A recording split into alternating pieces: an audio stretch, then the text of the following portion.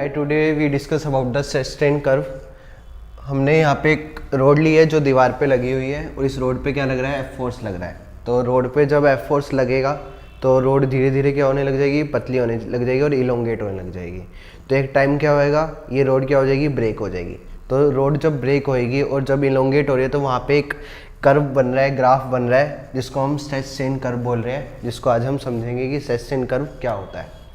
तो sustain curve में क्या हुआ, फर्स्टली जब रोड पे एफ फोर्स लगा तो स्ट्रेस और जो स्ट्रेन था वो आपस में क्या थे, डायरेक्टली प्रोपोर्शनल थे। जो स्ट्रेस था एंड स्ट्रेन दोनों क्या थे, डायरेक्टली प्रोपोर्शनल थे। ओ से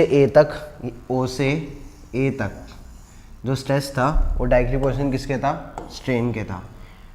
इसलिए ए पॉइंट को हम बोलते हैं प्रोपोर्शनल लिमिट। क्या बोलते हैं, प्रोपोर्शनल लिमिट। मतलब जो स्ट्रेस है वो डायरेक्टली प्रोपोर्शनल किसके है, स्ट्रेन के है।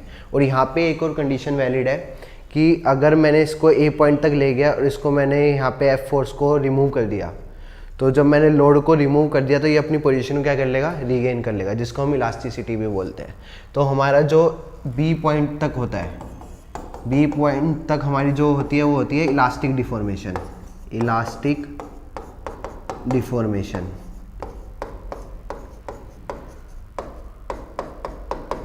इसके बाद हमारी जो डिफॉर्मेशन होती है वो कौन सी डिफॉर्मेशन होती है, प्लास्टिक डिफॉर्मेशन। इस पॉइंट तक प्लास्टिक डिफॉर्मेशन।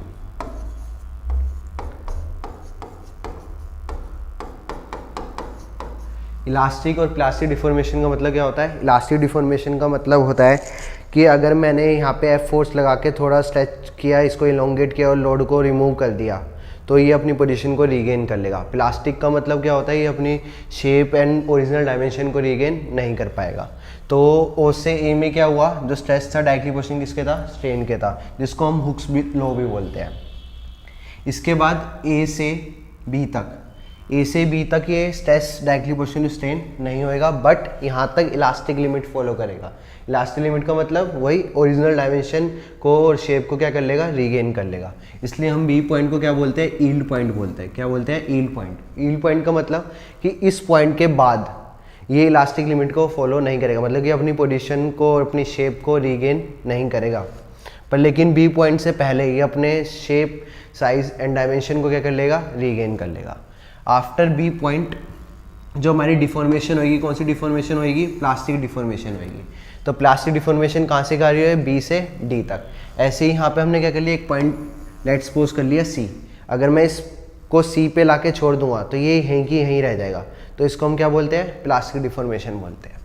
तो सी के बाद क्या आता है, डी पॉइंट आता है। डी पॉइंट के बाद क्या आता है, ई पॉइंट आता है। डी पॉइंट वो है जहाँ तक हम प्लास्टिक डिफॉर्मेशन कर सकते हैं। मतलब क्या हुआ, जैसे ये रोड है, ये बस ब्रेक हो जाएगी इस पॉइंट पे, डी पॉइंट पे क्या हो जाएगी, ब्रेक हो जाएगी। तो दो टाइप के मटेरियल होते हैं, जैसे आपको पता है, एक होता है ब्रिटल और एक होता है डक्टाइल मटेरियल। तो जो ब्रिटल मटेरियल होते हैं वो डी पॉइंट पे क्या हो जाएंगे, ब्रेक हो जाएंगे। जैसे चारकोल की रोड है, चारकोल की रोड एकदम से क्या हो जाएगी, ब्रेक हो जाएगी, तो वो पॉइंट कौन सा होगा, डी। बट यहाँ पे ब्रिटल मटेरियल की जगह डक्टाइल मटेरियल होता, तो डक्टाइल मटेरियल डी पॉइंट पे टूटना चालू हो जाएगा। डी पॉइंट पे टूटना चालू हो जाएगा, धीरे धीरे पतला होते होते ये एकदम से फिर ऐसा होएगा, फिर ब्रेक हो जाएगा दो हिस्सों में। मतलब क्या है इसका, कि डी पॉइंट पे जो ब्रिटल मटेरियल होएगा वो एकदम से टूट जाएगा, बट जो डक्टाइल मटेरियल होंगे उसमें क्या लगेगा, थोड़ा टाइम लगेगा, बट वो डी पॉइंट पे स्टार्ट हो जाएगा टूटना। तो इसलिए हम ई पॉइंट को क्या बोलते हैं, फ्रैक्चर पॉइंट। क्या बोलते हैं, fracture point. And for brittle material जो डी और ई होते हैं वो बहुत पास पास होते हैं, और फॉर डक्टाइल मटेरियल डी और ई में क्या होता है, गैप होता है। क्यों, क्योंकि जो ब्रिटल मटेरियल होता है वो फोर्स ज़्यादा लगते क्या होएगा, टूट जाएगा, इसलिए डी और ई बहुत पास पास होते हैं। But in ductile material D and E थोड़े फार होते हैं, क्योंकि उनको अब आप अगर आप खींचोगे पहले वो पतले होंगे, पतले पतले होने के बाद क्या होंगे, वो टूट जाएंगे। तो ये क्या था, हमारा फ्रैक्चर पॉइंट था। तो ये बेसिक था स्ट्रेस स्ट्रेन कर्व के बारे में, कि पहले वो से गया, स्ट्रेस डायरेक्टली पोजीशन किसके था, स्ट्रेन के। तो स्ट्रेस डायरेक्टली पोजीशन स्ट्रेन होता है तो उसको हम हुक्स लॉ भी बोलते हैं। उसके बाद ए पॉइंट को हम प्रोपोर्शनल लिमिट बोले, क्योंकि वहाँ पे स्ट्रेस डायरेक्टली प्रोपोर्शनल टू में स्ट्रेन वैलिड है वहाँ तक। उसके बाद A2 बी गया जिसमें इलास्टिक लिमिट फॉलो हो रही है, उसके बाद B2 डी गया जिसमें प्लास्टिक डिफॉर्मेशन हो रही है, देन क्या हो गया, फ्रैक्चर हो गया।